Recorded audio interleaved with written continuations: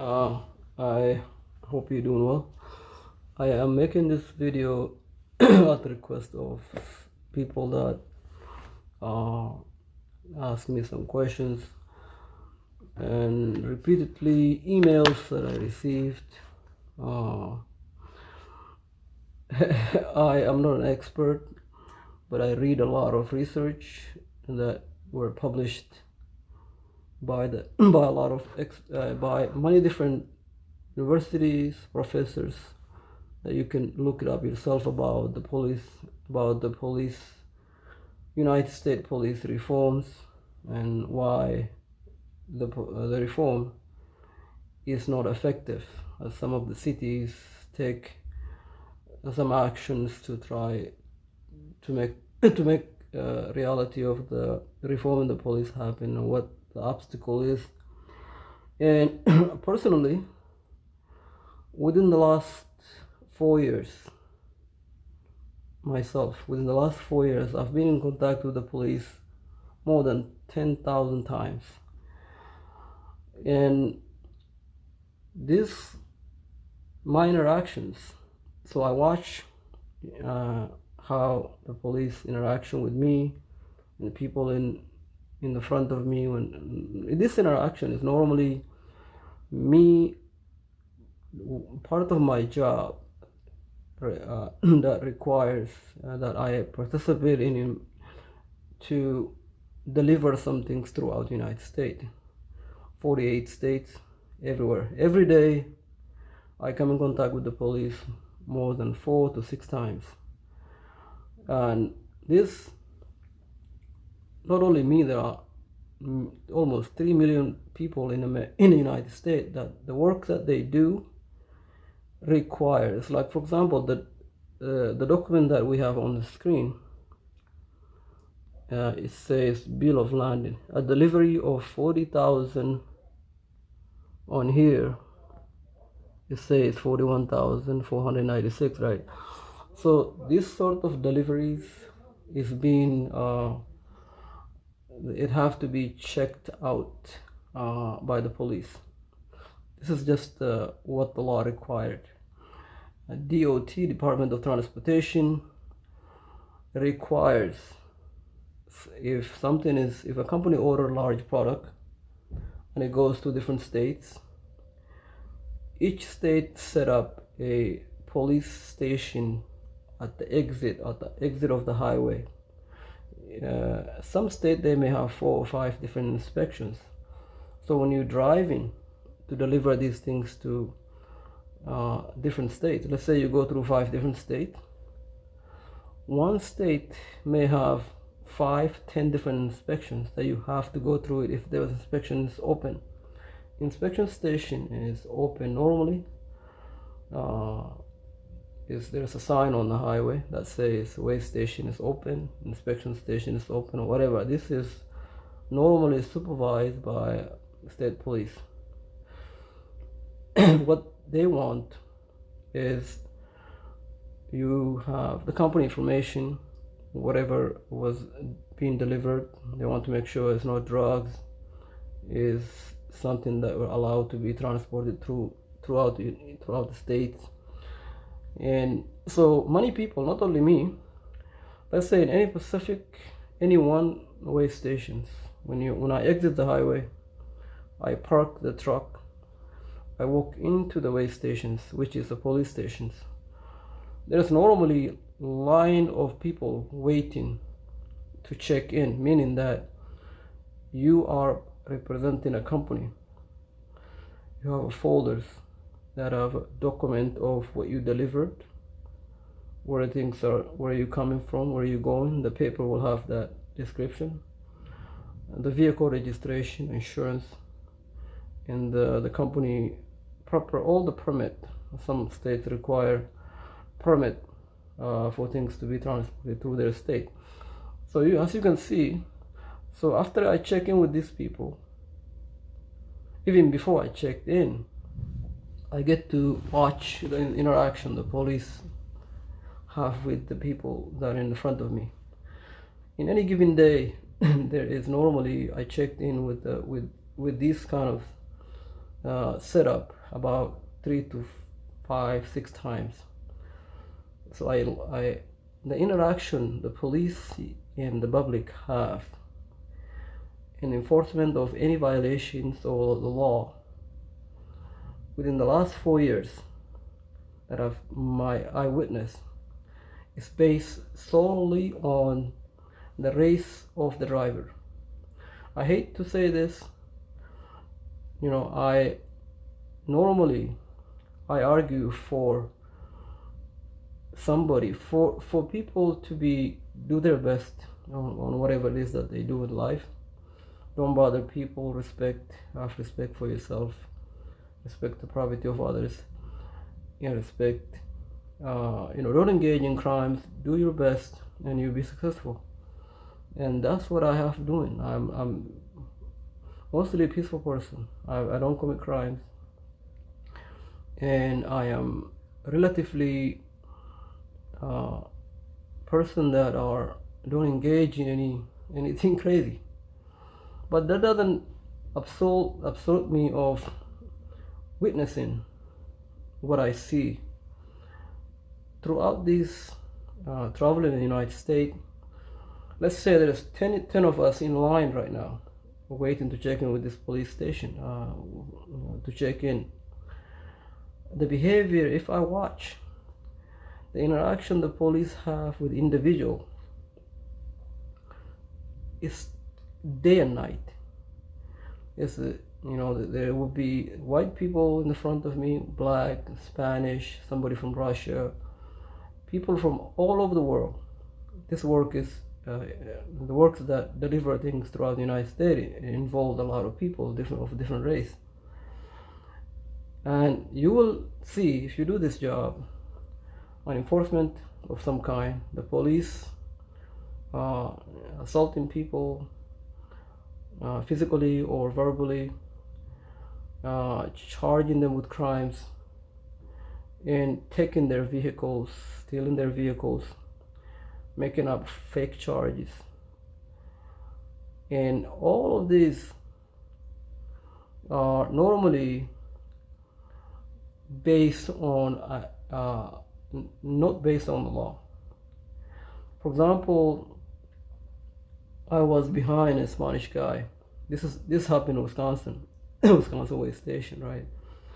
I was behind a bunch of drivers, and the Spanish guy gave the police officer his document for the truck and for what he was delivering, and the insurance for the truck and all the paperwork, the folders.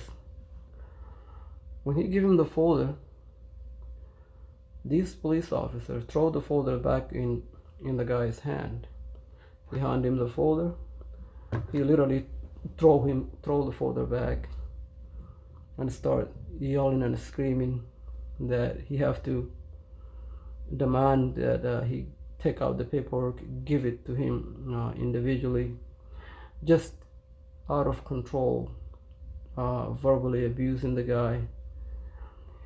And unfortunately it ended up where the guy, even though he was willing to take every piece of paper out and give it to these police individually, and the police think that the guy he was being disrespectful, even though this is what everybody is doing. You see in the front, they will ask for your folders. It's like, that's what I did too, because they will ask for the folders. The folder contain everything: the registration, the truck, insurances, whatever you deliver, everything is in it. And they will ask, "Sir, let me see your folders." You give them the folders. They will go through the folders and then they give it to you. Have a nice day. Sometimes they will. So what I'm saying is, they will pick people not based on the crime the person committed, or the violation of the equipment, or the violation of whatever, not based on the violation of the law, but based on the race of the people. And so this Spanish guy was attacked. The police come around the dusk. They grab him, pinned him on the ground. I don't know. I don't know exactly what they charged him with, but he was charged, right? That's one of the money cases where the police are aggressive, very aggressive, and this this is human nature. Not to mention, there are many times where you will see it yourself on video on YouTube, where the police, somebody is just walking on the sidewalk and they will just come up on accusing them of committing crimes, and the person respond or talk back to respond to whatever question that they're asking, and they see that as contempt of cop or disrespecting cop, and they will either assault that person or charge them with bogus crimes. So this is all my interaction with the police, other than maybe 3% or 4% of the 10,000 times that I've interacted with, that the interaction is all normally the police, United States police, American police act as if they are an occupying force when they talk to you. If you're not wash up in the police, if you wash up in the police, like if you are willing to be disrespected, some people have a level of respect for themselves, level of respect for yourself, where you're not willing to be accused of something you don't do. Some people don't mind. People say they apologize for something just for the convenience of moving on and accepting whatever charges. And I've done that many times where I have not committed any crimes, but for the convenience of my own well-being, I just accept whatever I was accused of, just to go on with my life. And this is money, life. This is example of many of the issues that where the police officer will charge people with any crimes that they can think of, any crimes they can make up and charge you with, and you would have no choice, because they, at the end of the day, they are a branch of the government, and you could waste hundreds of thousands of dollars to fight the charges, throwing bad money after good money after bad money. So this, what I'm saying is, the police reform, I don't see how it's possible to have a police reform without having a balance of power of somehow, where the police are not allowed to abuse people and get away with it. Even let's say, even if you remove the ability of the police to charge people with crimes, fake crimes, okay, how could you, if the public were to have, for example, we have the police, Minneapolis police, where the city council talking about removing the police completely, and they replace it with public safety. If this route were, how would it possible to assure that public safety is not just going to be another police department that we're doing exactly what they're trying to prevent? And then so the issue that would prevent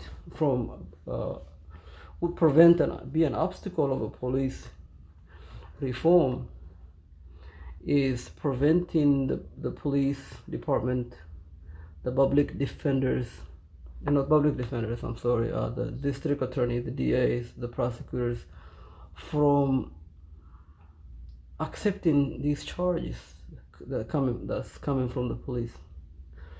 Assume that the police will charge people with something, and then the district attorney or the prosecutor are willing to cash that in. It's like accepting if somebody steals something, turn it into bring it into the pawn shop or a place to sell it. Accepting that property is a crime, and I think that's where the problem is. It's very similar things. Police issuing a ticket is also ticket have a money value, dollar values. Whatever ticket they issue, whatever ticket they issue is a dollar value is attached to it. But technically, the prosecutors, the judge, by accepting these charges, they are also part of the problem.